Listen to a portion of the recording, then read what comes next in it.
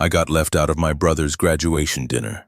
No invite, no message, nothing. Just a live stream link from my sister and a headline on TechCrunch that dropped the same night. My face, my story, a $1.3 million exit.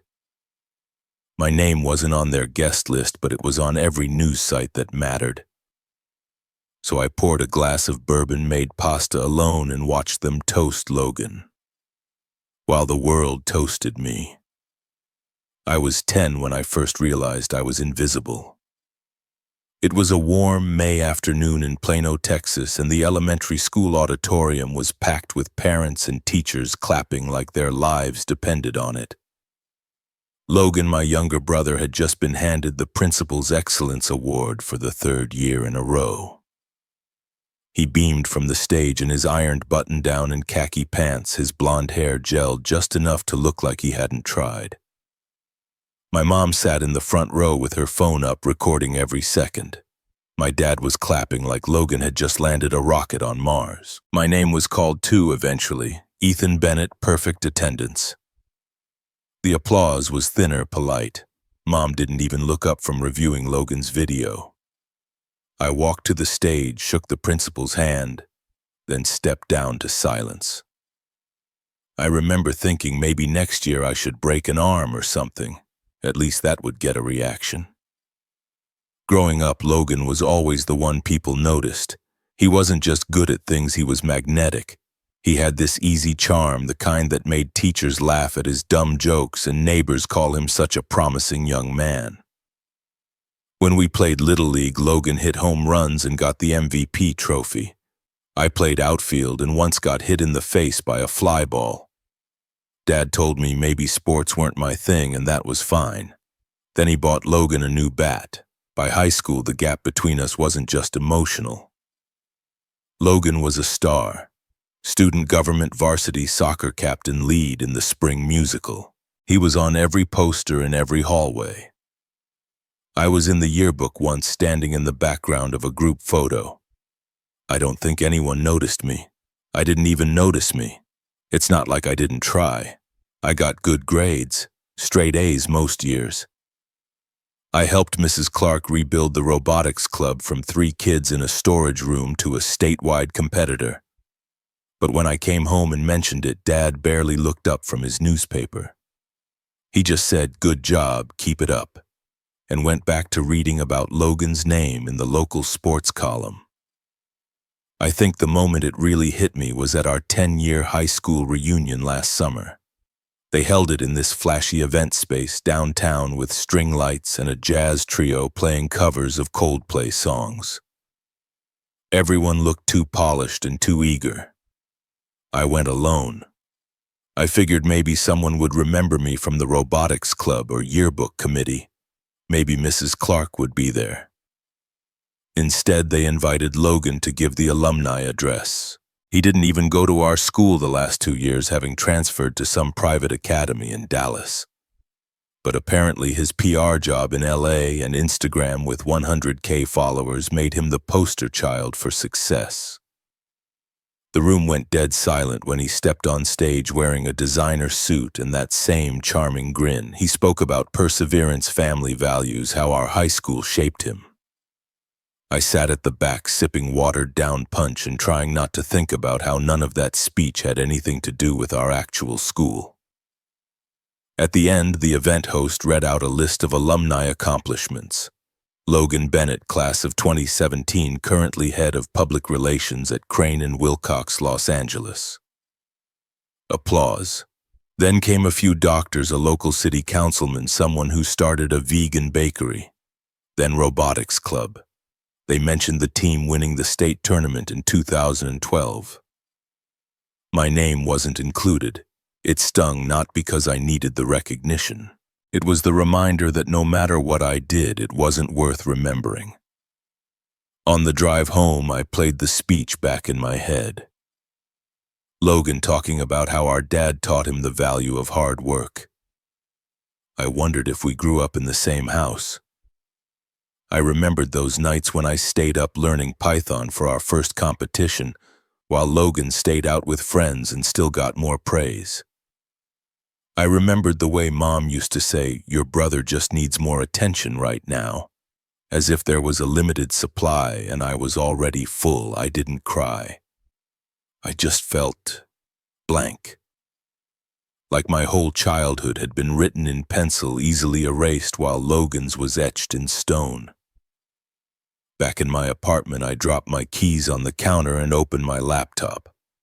I pulled up a folder called Old Projects and clicked into a subfolder named Robotics 2012. There were blueprints, emails, pitch decks I had written myself at 16.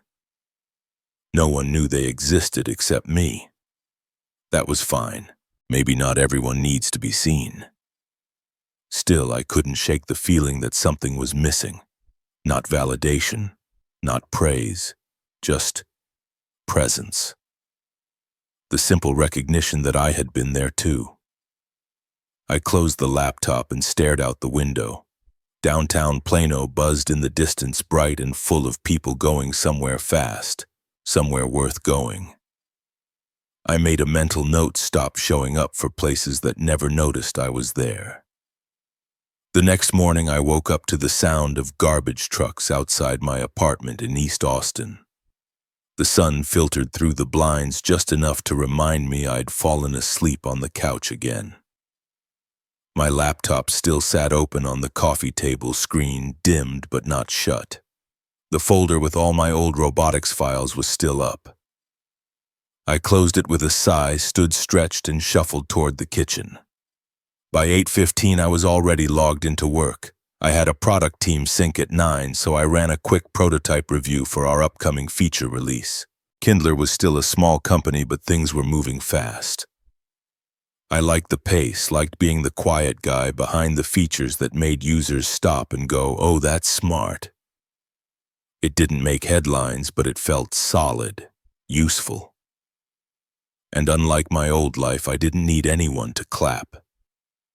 I lived in a one-bedroom above a used bookstore that always smelled like old wood and rain, even when it was dry out.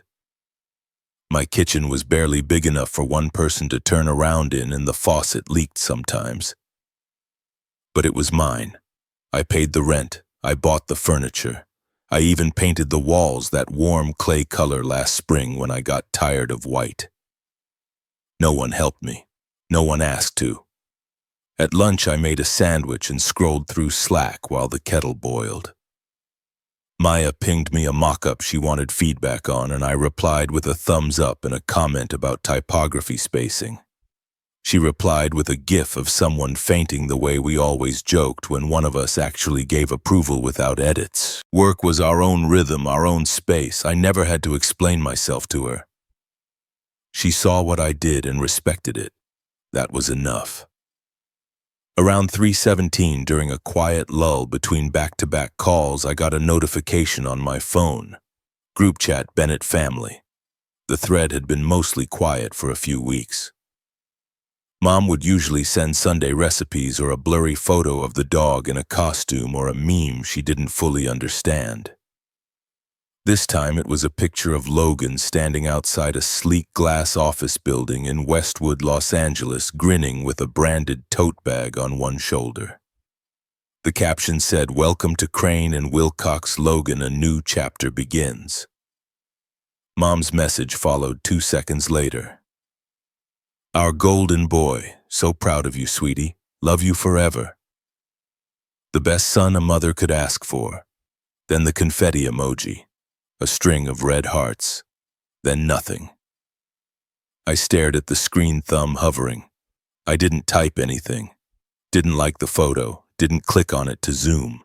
Just looked at Logan's smile, the crispness of his blazer, and remembered that Dad once told me to iron my shirts better if I wanted to look professional.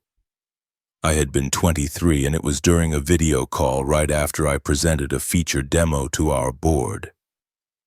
That was the only thing he had to say. I put my phone face down on the desk, tried to focus on Figma. The lines blurred. I pulled up a doc, pretended to write notes, but ended up just staring at the blinking cursor. I didn't resent Logan. Not really. He was just playing the role they gave him. The star. The showpiece. He did what they expected and they rewarded him for it. I resented the silence that followed everything I did, the vacuum I had to shout into and still get no echo. 15 minutes passed, maybe more. Then my phone buzzed again. Another message in the thread. Mom again. Can everyone make it to Logan's welcome dinner next Friday? We're thinking Maggiano's in Addison. Private room booked. Dress nice. Addison, North Dallas, nearly 4 hours away. No one had asked if I was free.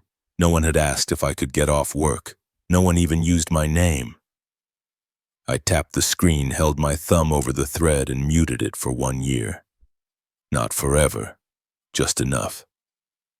Then I opened Instagram and saw the same photo again, posted by Logan, racking up likes. The caption was some quote about new beginnings and legacy. There was a comment from Dad with a flexed muscle emoji and the word proud, another from Mom. My heart. I closed the app, opened Slack, sent Maya a message, got time for a quick call.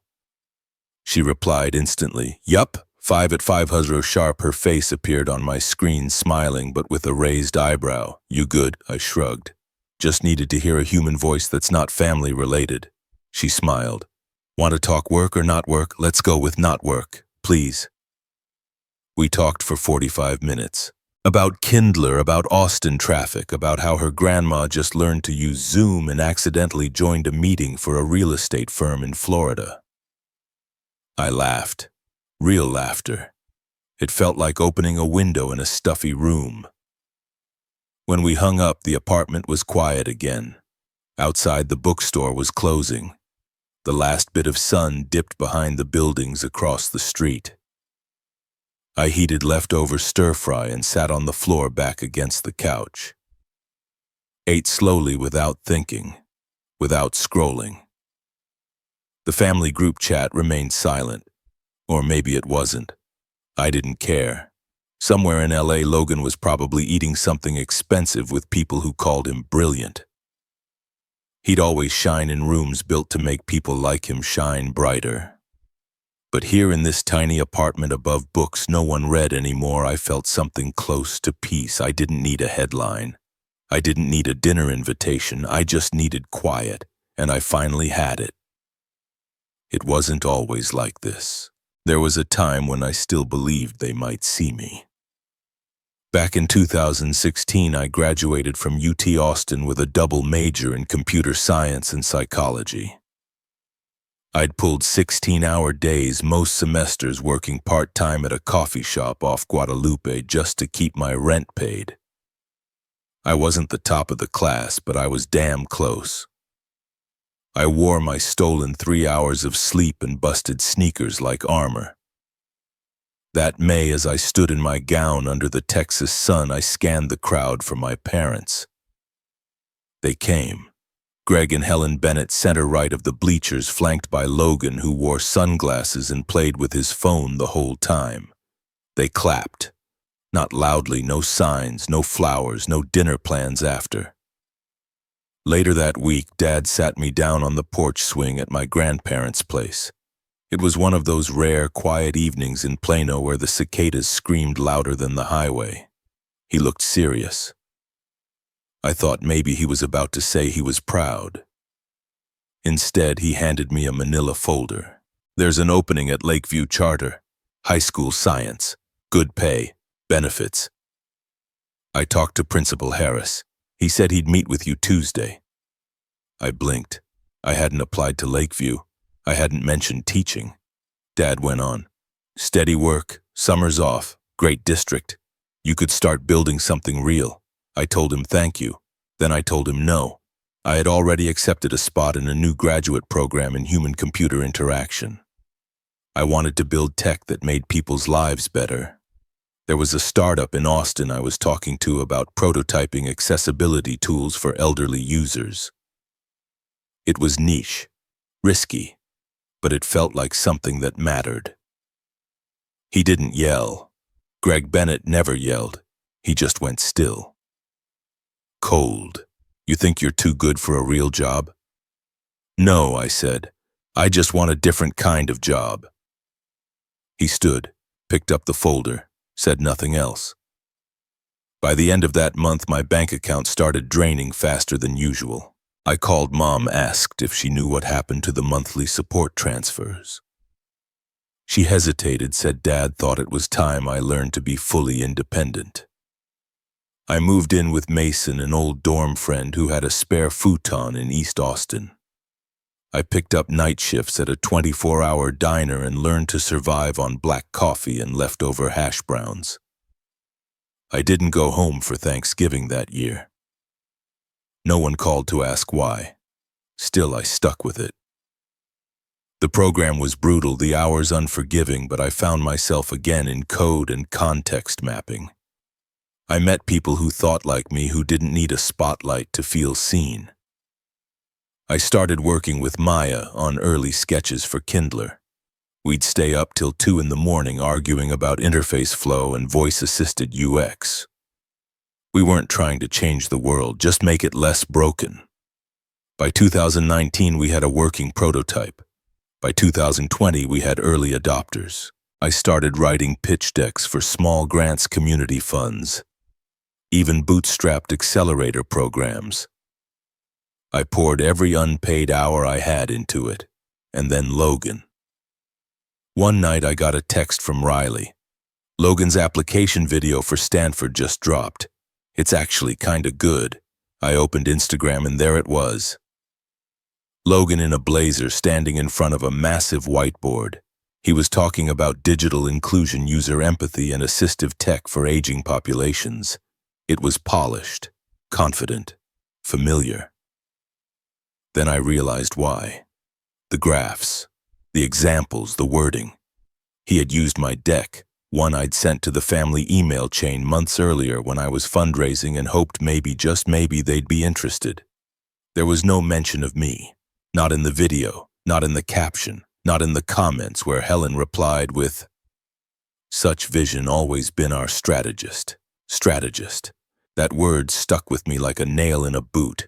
I didn't call him. I didn't write an angry email. I didn't even bring it up. Because what would I say? That I was hurt, that it was mine, that maybe for once I wanted to be the one they celebrated. It wouldn't have mattered. They had their story. Logan the innovator, Logan the bold thinker, Logan the guy with vision, and me, I was the one who chose to step off the safe path. The one who said no to steady, the one who in their eyes was always chasing shadows. I closed the app, sat in my tiny kitchen, and opened the original version of that deck. I changed the header to something simple. Vision doesn't need validation. Then I saved it and got back to work. In early 2021, I wired $45,000 from my savings account into a business account labeled Kindler Technologies, Inc. It was the largest single transaction I'd ever made. My thumb hovered over the confirmation button for almost 2 full minutes before I hit submit. The screen blinked. The money was gone. That night I sat in the dark of my apartment listening to the low hum of my fridge and the traffic fading in the distance. I wasn't scared, not exactly. But the weight of what I'd just done settled deep in my chest like the first breath before a long dive. Maya texted me a few minutes later. "You're in, yeah. Sent." A second later she replied, "I knew you would. You always had the stomach for risk even if no one gave you credit."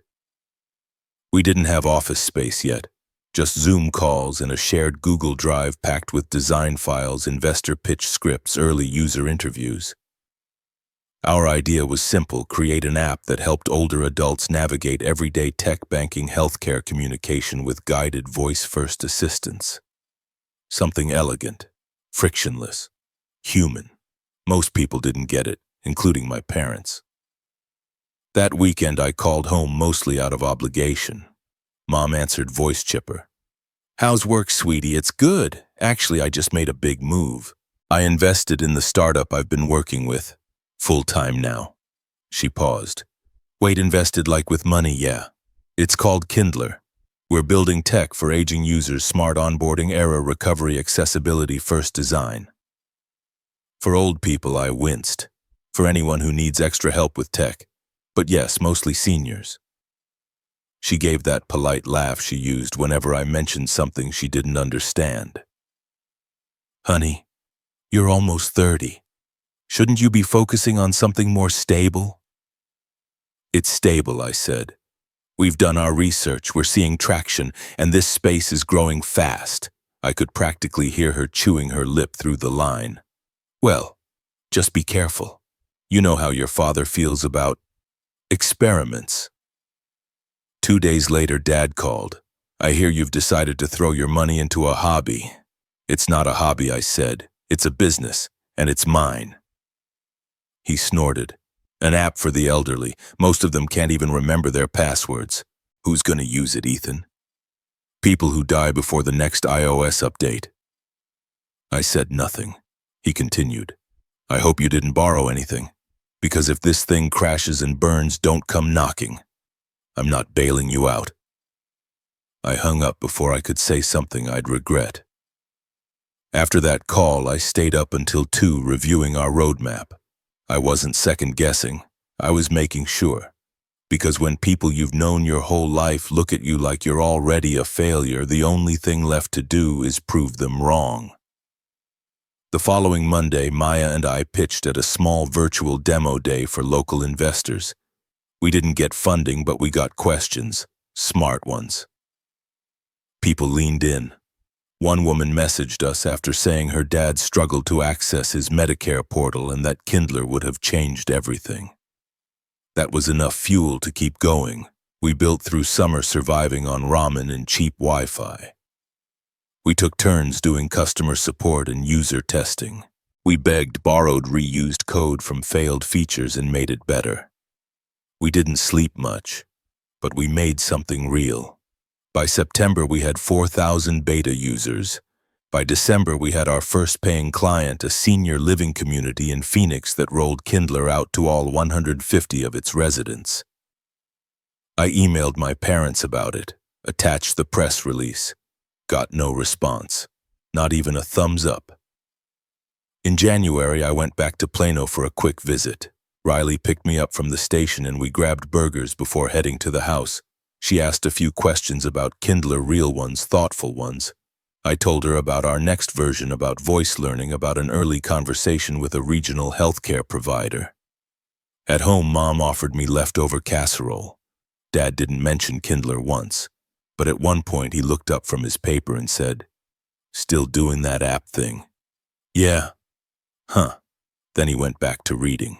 That night, as I lay on the stiff guest mattress with the sound of the old ceiling fan clicking above me, I stared at the ceiling and thought about the way people talk about family. They say family is support, unconditional love, a safety net.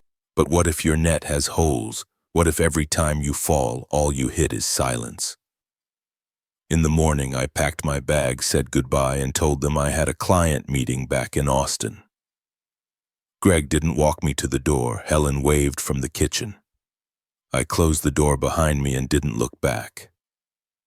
A few weeks later, while waiting for my Uber outside the office, my phone buzzed with a text from Riley. It was a screenshot from Mom's Facebook.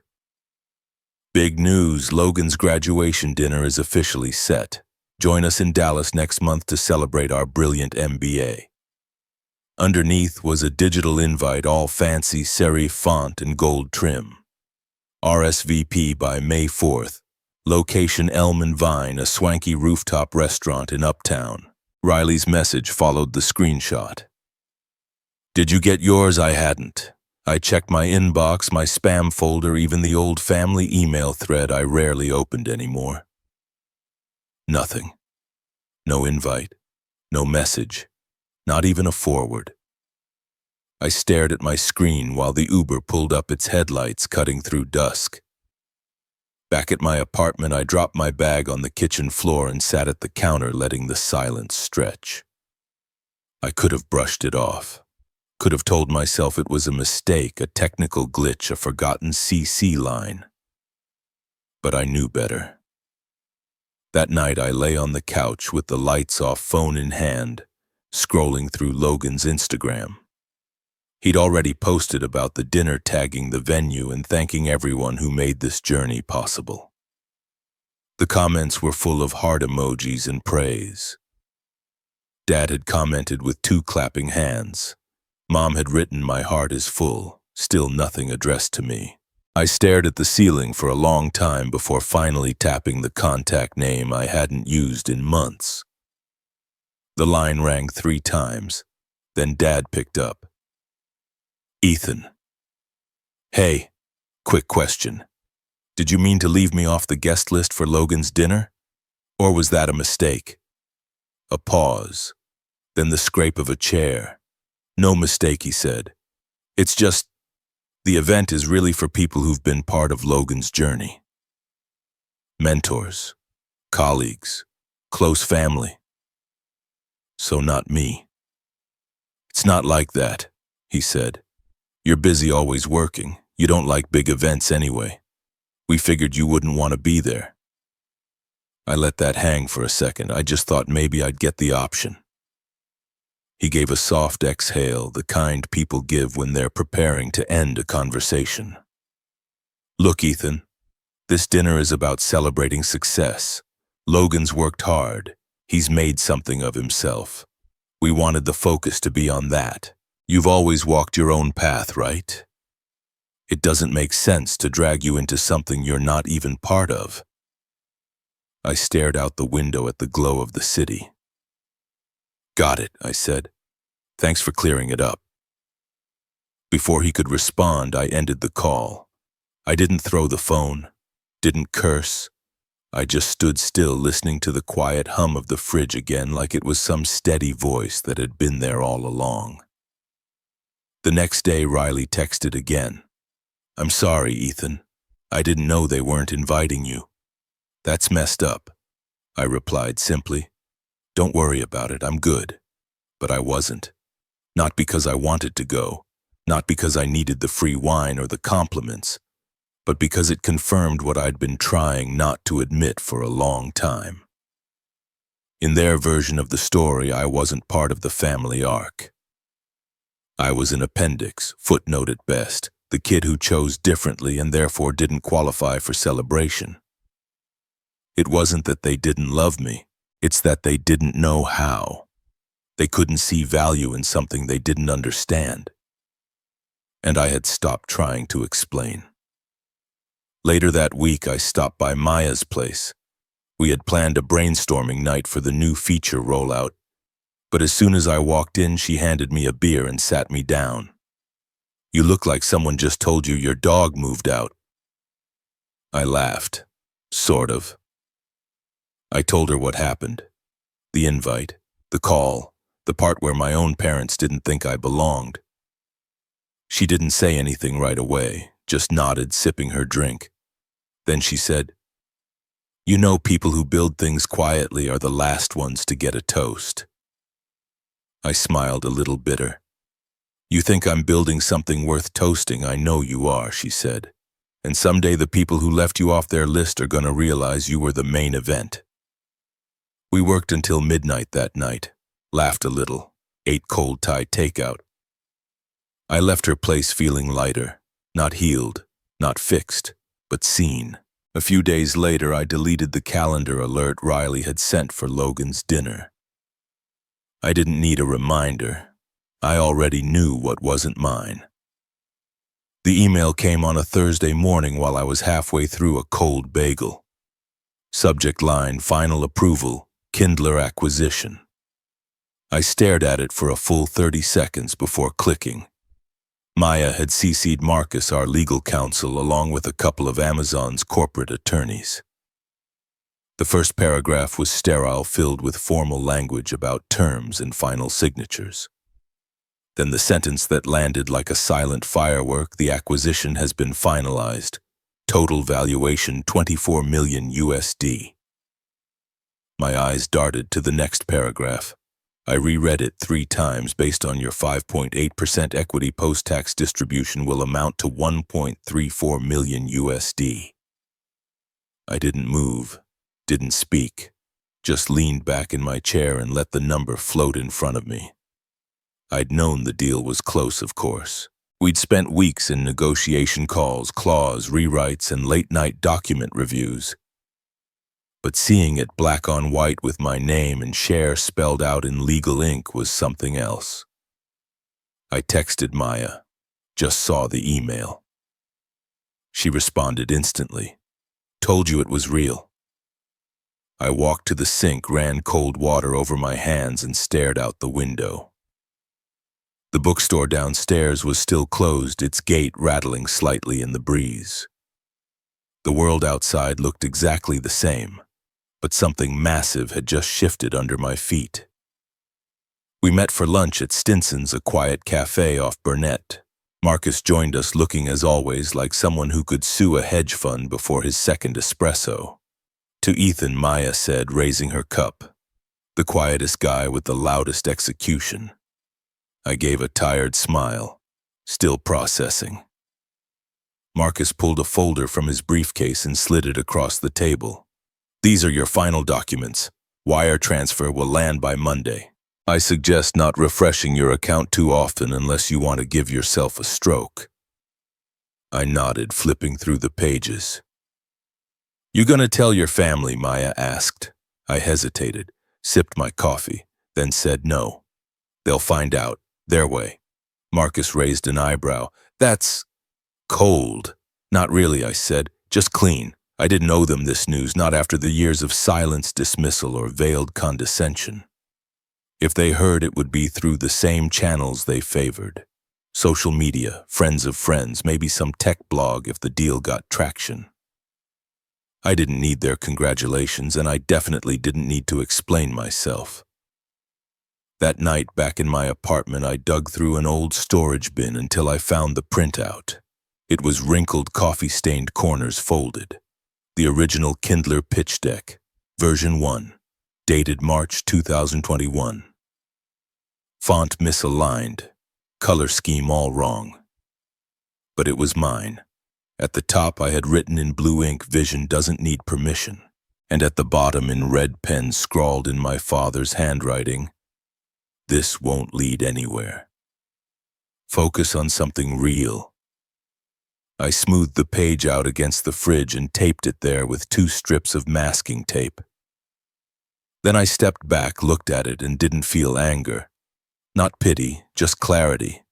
Some people measure worth in titles and invites and applause.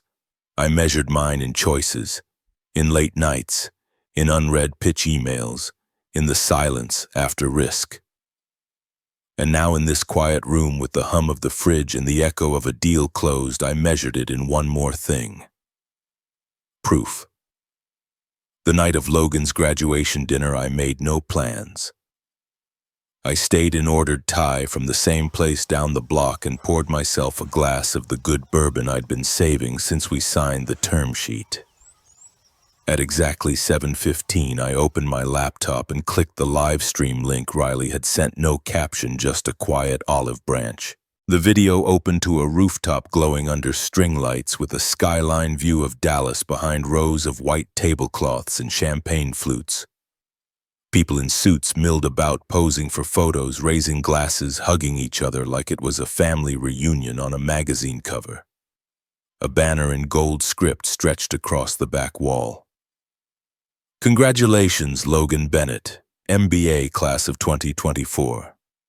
There he was, Logan in a navy suit, shaking hands with former professors, smiling that perfect campaign smile of his. Helen hovered beside him, dabbing her eyes even though no one had spoken yet.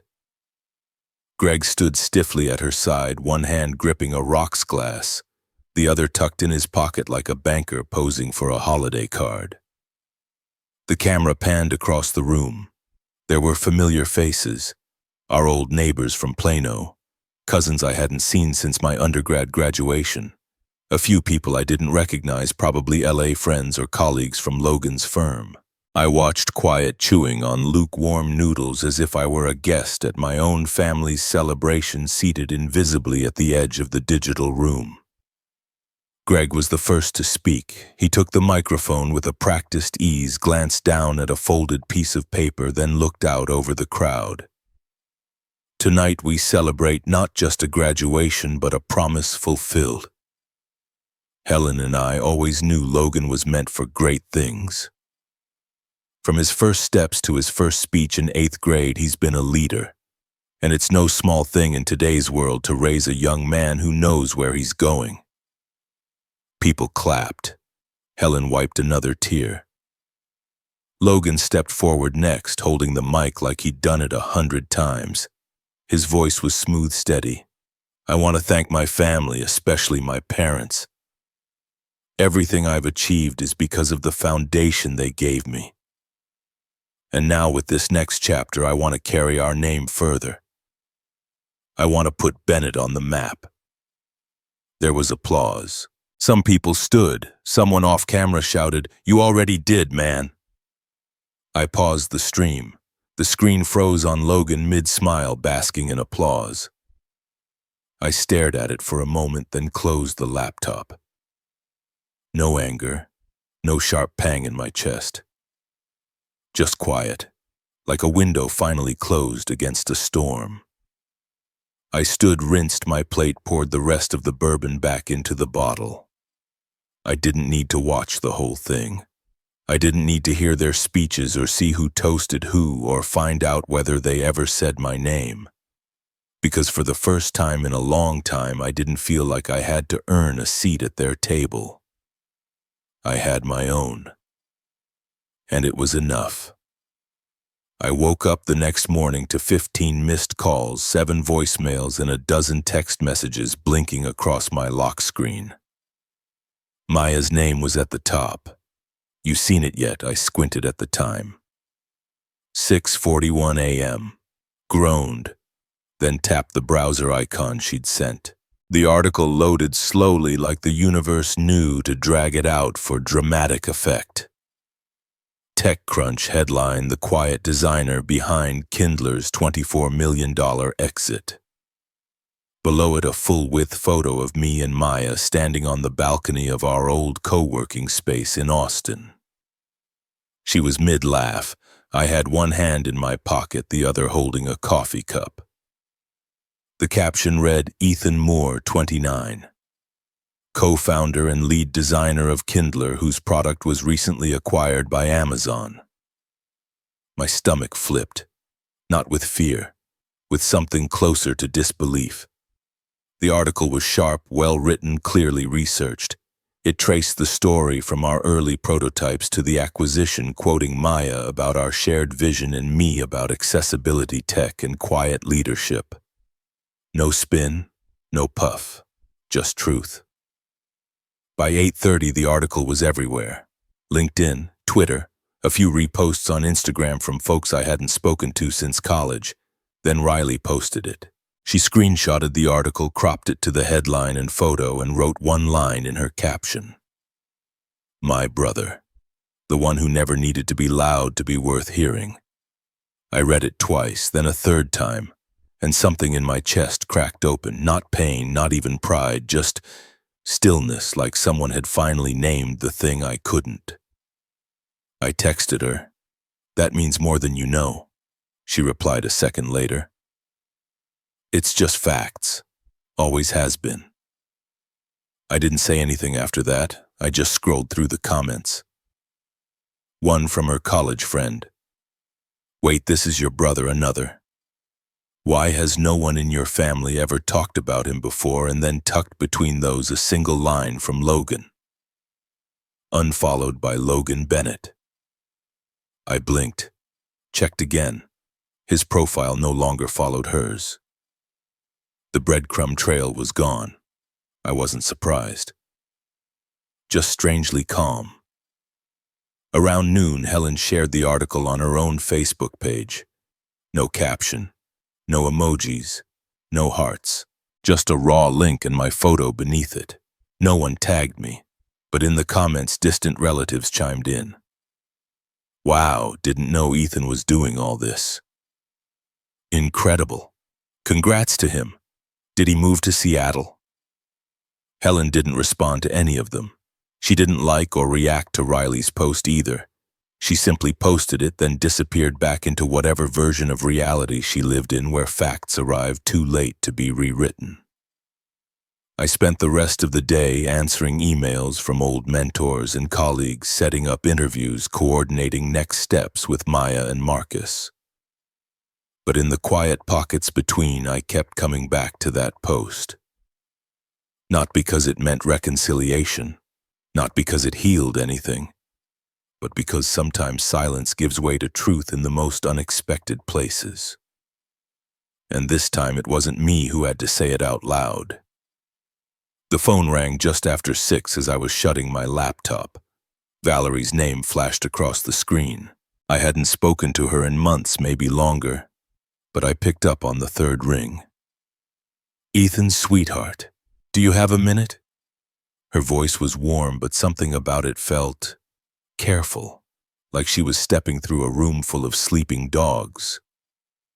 "Sure," I said. "Everything okay?" She hesitated, then sighed. "I just wanted to check in, see how you're doing. I saw the article." I leaned back in my chair, staring at the ceiling. "Yeah, that thing's been making the rounds. It's wonderful, Ethan. Truly. I'm proud of you. So proud. Thank you," I said.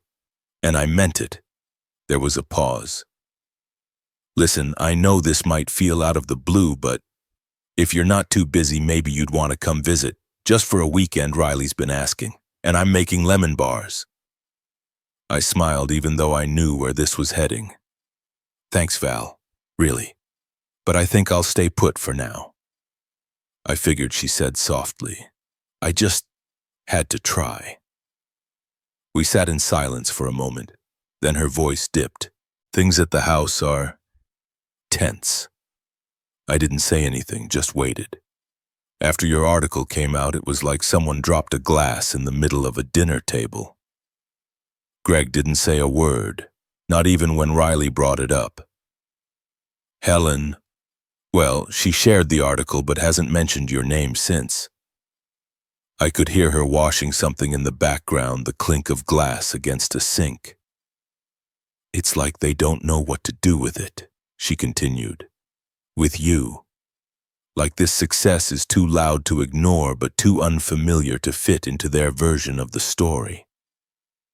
I closed my eyes, exhaling. "That sounds about right." She sniffed. "You know, I always thought they'd come around. That once they saw what you were building, how you carried yourself, they'd finally get it." She paused, then added quietly, "But maybe they're not built to see it." There was a rustle, like she was grabbing a towel or leaning against the counter. "You've always been steady, Ethan, even when they pretended not to notice. But the world sees you now. The world knows, and it kills me to think the people who should know first still don't." Her voice cracked just a little. "I wish they saw you the way we do, the way everyone else does." I swallowed hard. "That makes one of us." "No," she said firmly. "It makes more than that." She cleared her throat. "Anyway, I won't keep you. Just know you're always welcome here. Lemon bars and all." "Thanks, Val. I really mean that." After we hung up, I sat in the quiet for a while, watching the last light of the day fade through the blinds. I wasn't angry, just tired. Not from the work, not from the journey. From the space between what I had become and what my family still refused to name. But at least someone said it out loud, even if it wasn't them. That night I walked. No music, no destination, just the steady sound of my sneakers on the cracked sidewalks of Hyde Park. Streetlights flickered overhead. The air was warm, sticky, with the kind of stillness that only Austin nights could hold. I passed the coffee shop where Maya and I had first sketched out the Kindler logo on a napkin. The grocery store where I bought ramen for weeks when our first investor ghosted. The bench by the lake where I once sat for an hour seriously debating whether to give up and move back to Plano. It was 2 years ago, during one of our worst months. Traffic had stalled. Bugs piled up. Maya was holding the team together with duct tape and caffeine. I was drowning in mock-ups that no one cared about. That night, Greg called. I remember sitting on the stoop outside my apartment, the concrete still warm from the sun. He said, "You gave it a real shot, Ethan. That's more than most can say." I didn't answer. "Come home. Reset. We'll figure something out." That failure's enough, don't you think, failure? That was the word that stuck. Like it was a bruise I hadn't noticed until someone pressed it. I told him I'd think about it. Then I hung up and stared at the streetlight blinking above my head. But I didn't pack. I didn't go back, because some part of me knew I'd rather break on my own terms than live safely on someone else's. Tonight I found myself at that same stoop. I sat down, looked up at the streetlight, and remembered the silence that followed that call. It had been the loneliest sound I ever heard. Until now. Now the silence wasn't empty. It was earned. Chosen. Back in my apartment, I opened my laptop to check on a few follow-ups Marcus had flagged. And that's when I saw it. An email from Helen. No subject line. Just one sentence in the body. "I'm proud of you." I stared at it for a long time. Read it again. Then again. No emojis. No photos. No explanations. Just those 5 words. My cursor hovered over the reply button. I imagined what I might say. "Thanks. Why now?" Or maybe nothing. Instead, I moved my mouse to the top right corner of the message, marked it as read, then closed the tab. I met Marcus for dinner at our usual spot, a tiny Italian place tucked between a laundromat and a tattoo studio off Guadalupe. We'd been coming here for years, always ordering the same thing. No menus. Just 2 bowls of carbonara and a bottle of whatever red the owner recommended that night. Marcus raised his glass as we sat down, to silence finally getting the last word. I clinked mine against his, took a sip, let it settle. "So," he said, slicing into his bread, "you feel good, like properly victorious?" I shook my head slowly. "No, I feel light." He looked up, surprised. Not proud, not a little smug, not really, just clear. He leaned back, chewing. "Guess I expected something flashier." I smiled. "You and everyone else."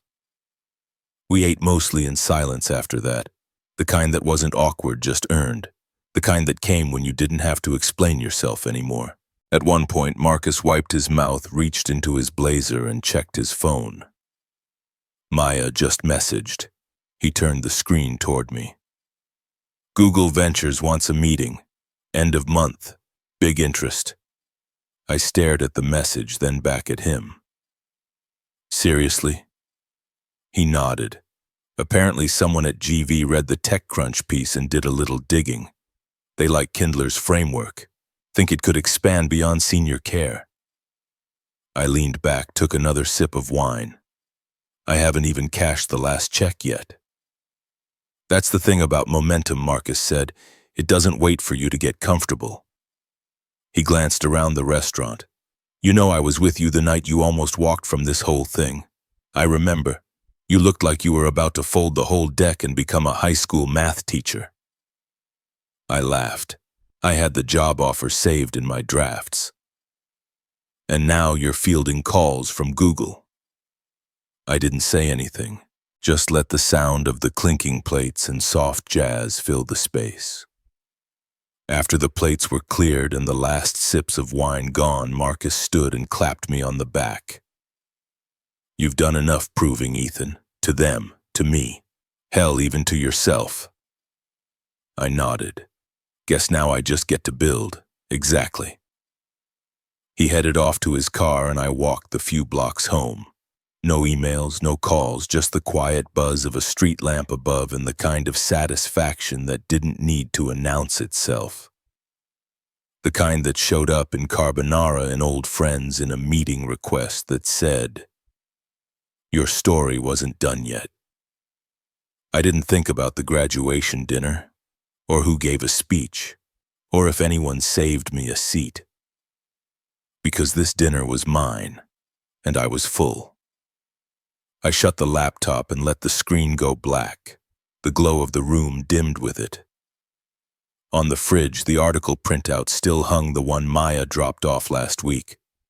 My photo headline and the Kindler logo beneath. I hadn't moved it since. I straightened it, then smoothed the corners. It wasn't pride, just closure. Outside, the sun dipped behind the skyline. The blinds caught the amber light in stripes across the counter. I pulled out a pot and set water to boil. While it heated, I opened my phone and tapped Riley's name. Video call. She picked up in seconds. "Hey, you look tired. Been a day." She grinned. "Well, you look kind of famous now. Our professor used your story in class today. Said, see, this is why product design matters." I laughed. "That's weird, but cool. He didn't even know I was your sister. I had to tell him." "You didn't have to, I wanted to. Then I sent him the old deck you helped me build for that design lab last year. He said it's sharp. You did most of that yourself." "Maybe, but I learned from you." She shifted on her dorm bed. "So what now?" "You take the Google call." "Probably. Talked with Maya earlier. There's room to scale. They want to fund our second phase." She whistled. "No big deal or anything." I shrugged. "It's just work." "No," she said. "It's you finally being seen." We didn't say much after that, just exchanged a few updates. She was swamped with finals. I promised to send her some Kind bars and coffee gift cards. Before hanging up, she said something that stuck. "Don't let them rewrite it now, okay? What's your story? You wrote it already. Don't let them scribble in the margins now that you're on the cover." I nodded. "Got it." When the call ended, I pulled out some pasta, tossed it into the boiling water, chopped garlic, and started the sauce. No music, no notifications, just a quiet room and the sound of something steady. I sat down 20 minutes later with a simple plate of linguine and a glass of water. No toast, no speeches, no audience. But I didn't feel alone. I'd built this space. I'd built the patience. I'd built the damn table. No longer waiting to be invited, no longer hoping to be noticed. I didn't need anyone to say I'd made it. I already knew. If you've ever been left out, if you've ever felt invisible at your own family's table, let me tell you something. You don't need to scream. You just need to keep building. And when you're ready, let your success speak for itself.